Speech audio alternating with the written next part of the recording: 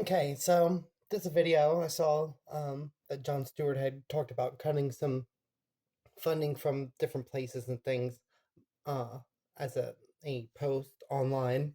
But I think that they should have, if you're going to be in this is a video for Doge, the Department of Government Efficiency, whatever it is. Um, I think that they should have if you're going to be doing this system, you're going to be cutting all these funding from stuff. You should be cutting the military funding because what you should be doing is cutting their funding, reinvesting it towards building fully automated drone production facility plants. You already have the CHIPS Act in play here, and so we're getting the chips we need for making drones and tons of them, swarms of drones, and once you do that, then you just start producing tons of make a drone protection swarm network, and then you have um, ground-based drones that are like tank drones, and those have solar panels and can stay running and charge off the sun, park on top of a hill somewhere in a clear field, and lay cover and work as an automated uh, unit that can take out tanks or whatever else. It can have anti-tank tow missiles or whatever the fuck, real highest quality stuff, or just drones. You just call in drones to come attack. You have everything working together under the Starlink, which is ultimate communication.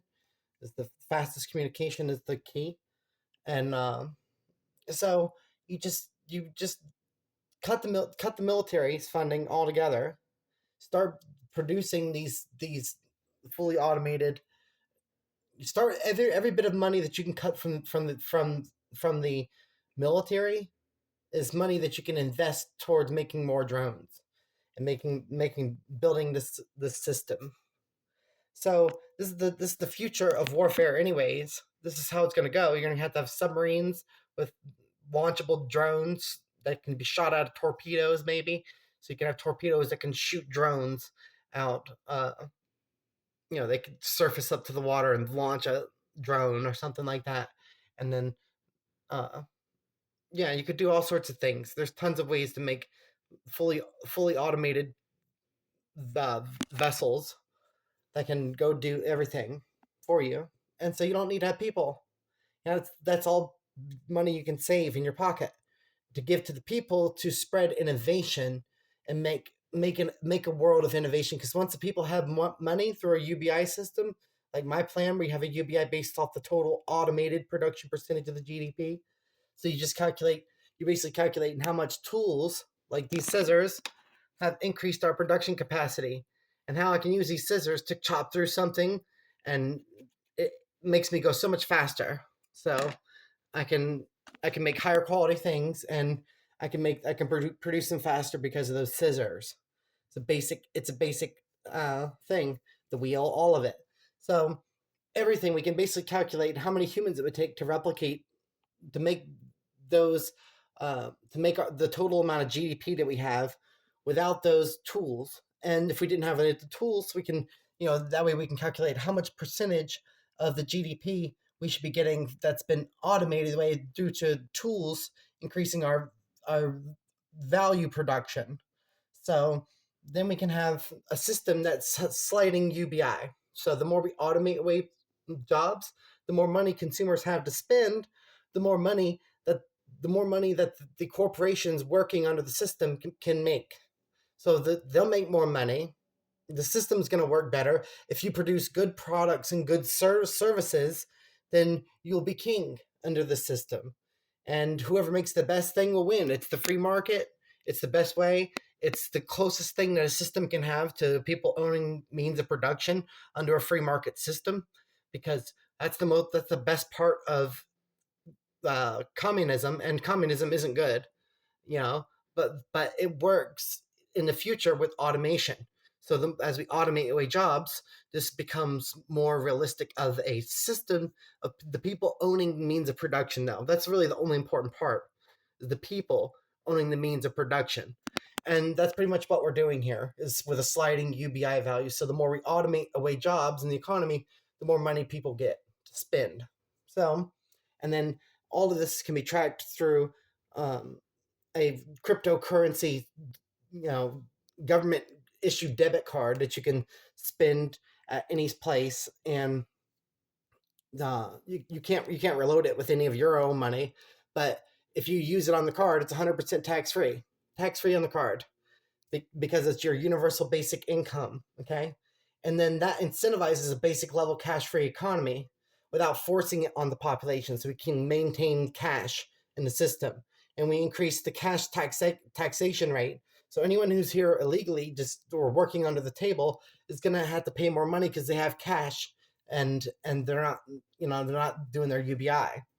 So uh, and that's if they're here legally, legal aliens and stuff. So that's how you snuff that out, and then you change the natural born citizen status, which what's going to happen under the Donald Trump administration. So that's one less thing I would have to worry about if I ran for president to fix the system, is to have to change that. So he'll deal with all those legal battles. So that's good. Um, that was one less thing I would have to worry about.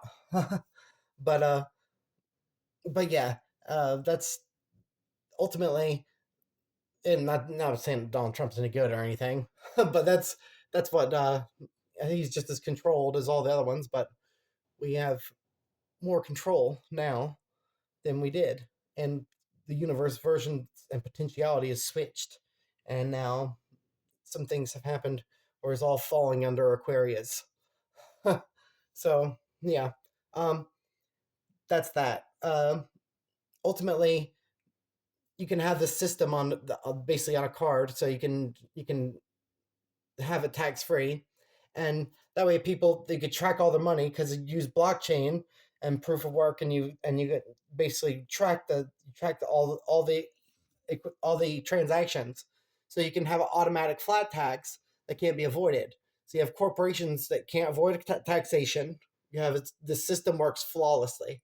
It's as best of a system as you can possibly make. But it's it's controversial because big corporations don't want a taxation system like that, and there's other ways to do it, but that's really the best one, and I always represent the best.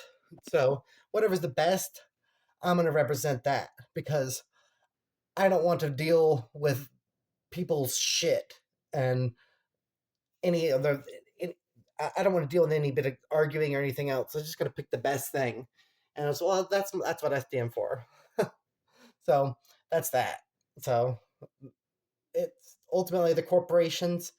They'll still do better than they've ever done before. They will all be doing better than they've ever done because we have a system that's not broken. We have a system that scales with automation, because the inevitable conclusion of the free market is that everything's going to be automated away. NAFTA in the 90s, the free market wants to get the best bang for its buck. That's exactly what NAFTA was. In the 90s, just that was they shipped the jobs over to China to get more money off their returns. So they always want to get more money, and so the best bang for the buck wins. So that was NAFTA. Now it's automation, AI, and robotics. So you just have to embrace that and work towards making a solution based off that inevitability. So, and if you can't do that and you want to pretend like the inevitability is not going to happen, you're the other type of person. Because there's only two types of people in the world: is the ones who can see the inevitabilities and prepare for them, and the ones who want to pretend like they don't exist, and therefore they don't have to think about it. So, anyways, I love you all, and I hope you all have a glorious, magnificent, wonderful, beautiful, awesome, amazing, incredible existence. And I hope you like my other video with me just doing my flow ring. So I'll upload that too.